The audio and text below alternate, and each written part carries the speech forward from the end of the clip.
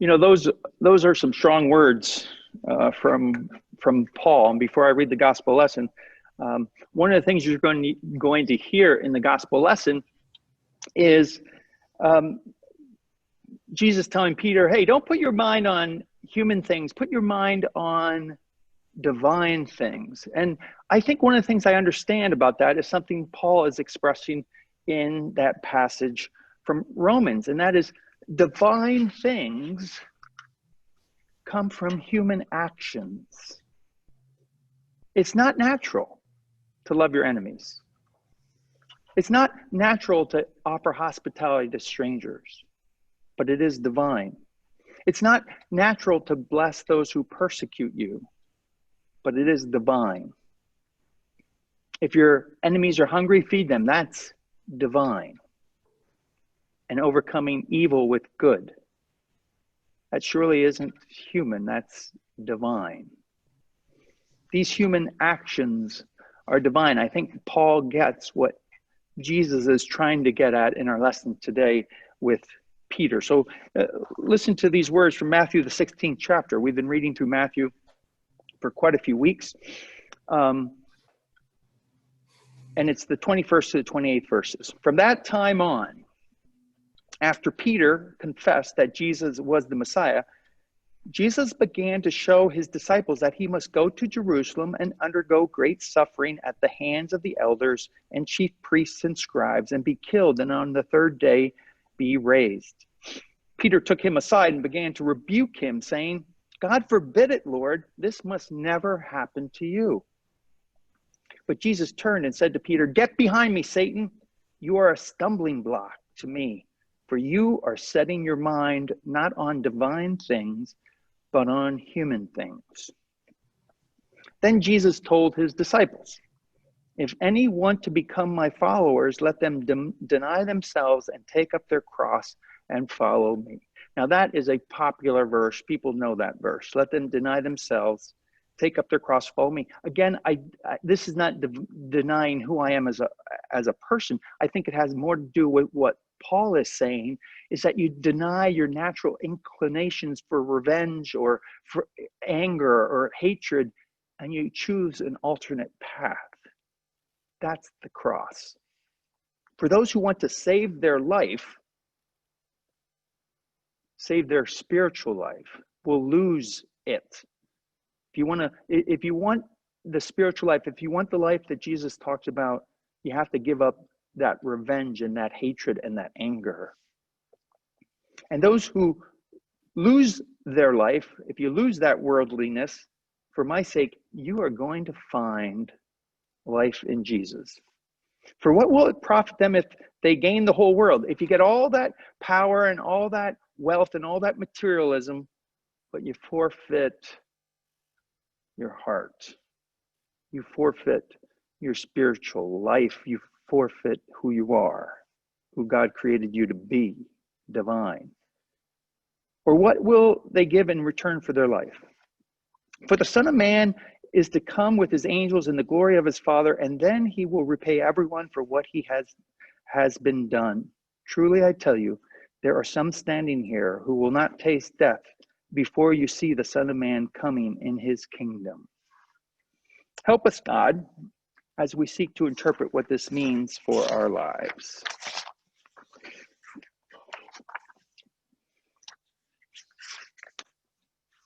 So last week's lesson, Jesus, which is only a few verses before this, Jesus asked, who do people say that I am? Do you remember that? And Peter jumps out and says, you are the Messiah. And Jesus responds by saying, you are Peter, and upon this rock I will build my church. You see, the word Peter in Greek is the word for rock, Petra. And so there's a play in words here that Jesus says, Peter, you are going to be the rock upon which I build the church. Now, the Roman Catholic tradition claims to go all the way back. The popes claim to go all the way back to Saint Peter. Matter of fact, if you go to the Vatican, you'll see the chair of Saint Peter in the Vatican. Again, the historicity of all that is questionable, but the tradition and the sense is that the Pope is the lineage of of Peter, and that Jesus is saying, upon you, Peter, you are the rock. I will build the church that we have today with its many forms and denominations. And if you remember, because Peter is the rock, Peter is told by Jesus, I give you the keys of the kingdom. And the keys of the kingdom, that's where we get all those jokes. And last week I told one of my favorite St. Peter at the pearly gates jokes. And if you stayed on until the end of announcements, I told another one, but not everyone stayed on. But you know what? You're in luck. I thought the other joke that I canceled last week was really good. I want to use it again this week. So if you stayed on for announcements last week, you heard it. But there's this couple, older couple, they're in their 90s, and they're really health food fanatics. And they both die same time. They're like 65 years of marriage, and they get to the pearly gates, and St. Peter says, come on in. Hey, here's your mansion. And he takes them to this mansion, and this mansion has an elevator, has a spa, a swimming pool, and the husband says, whoa, we can't afford this. This is way out of our budget. And St. Peter says, no, don't worry about it. It's all free. You're in heaven. It's free. It's yours. And then St. Peter takes them out to the back deck, and there they oversee a golf course. And the husband says, oh, my wife and I, we love to play golf together. And St. Peter says, what's amazing about this course is every week it changes into another course, one of all the great courses in the world. You'll be able to play at them. And the man says, oh, my word, that is unbelievable. What about the cost for that? And St. Peter says, no, that's free too. Don't worry about it. So then they go to the clubhouse, and they get to the clubhouse, and there's a huge buffet, food from all over the world. I mean, what a spread. And the guy, he's baffled. He's like, oh my word, look at all this food from all over the world. And he says, because of his diet, he says, St. Peter, he says, I don't see any healthy options or low calorie food on the table. And St. Peter says, don't worry about it. He said, you're in heaven. You can eat all you want and you won't gain any weight.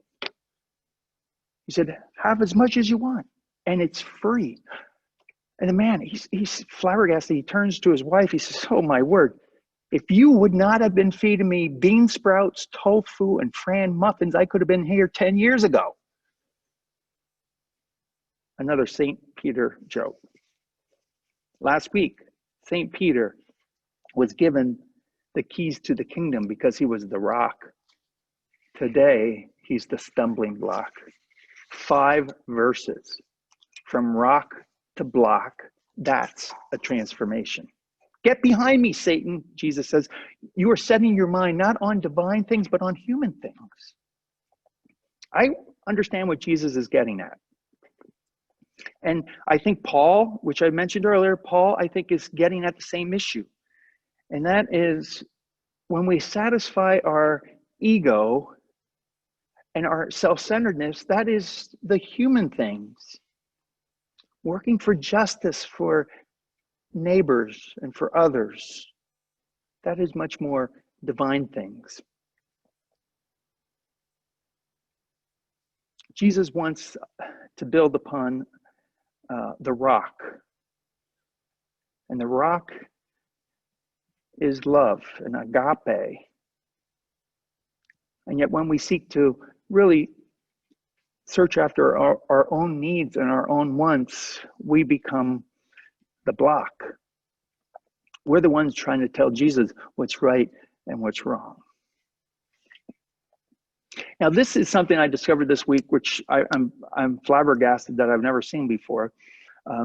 It's in the Greek. It's not as clear in the English. But this, for me, is the artistry of Scripture, of whoever wrote Matthew. Get behind me, Satan, has a mirror phrase in the Gospel of Matthew. There is another place where Jesus says, away with me, Satan. The English has it different, but it's the same in the Greek.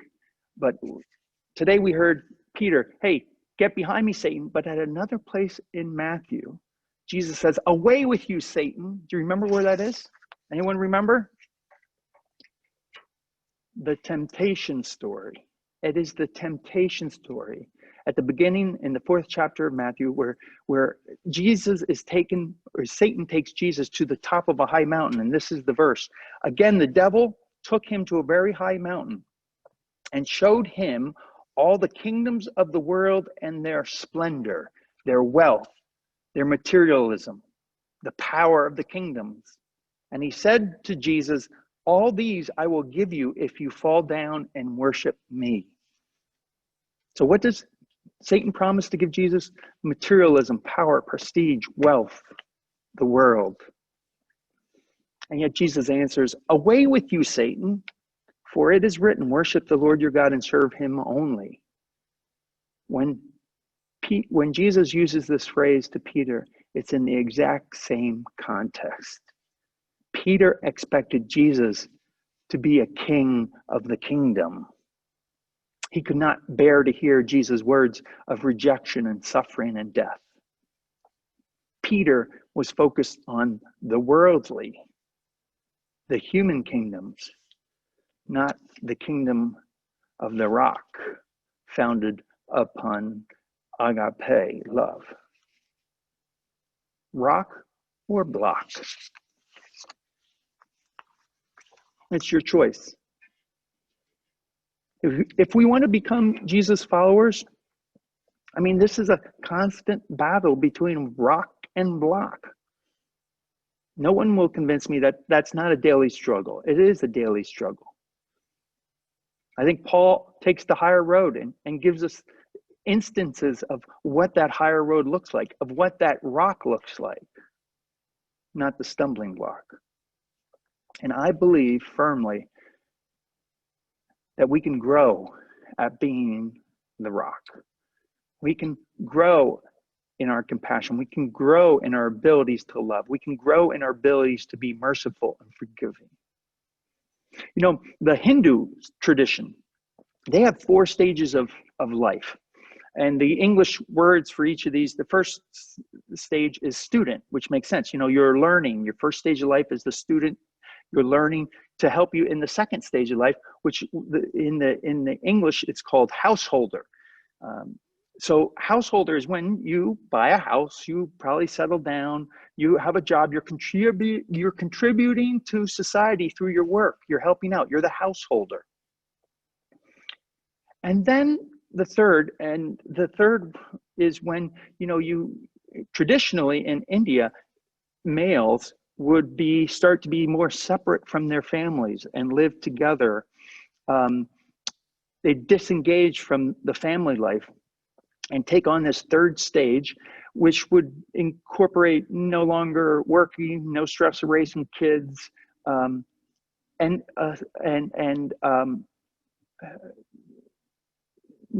the no stress in essence around the householder days.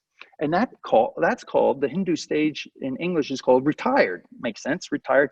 But then it's 72, and they particularly have an age. Some people come before that, some people come after that, but they traditionally say at 72 you enter the last stage. We don't have a real good English word for that, but sannyasa. Can you say sannyasa? It's the sannyasa stage in which you reject the materialism and you become much more ascetic and spiritual in your living. You detach from the material life and you seek to live a more spiritual life. I think that is what Jesus is saying about building his church upon a rock, setting our minds on divine things. And I think Jesus would say it'd be nice to have sannyasa throughout all the stages: student, householder, retired. Maybe that's really what he's saying to Peter is, Peter, get your sannyasa on. You need to get your sannyasa on. Letting go of power and image, prestige, in order to open our hearts and our minds and our wallets and our assets to helping neighbors. It's giving up the worldly, the ego-centered life. That's when we deny ourselves and we get life in return. Amen.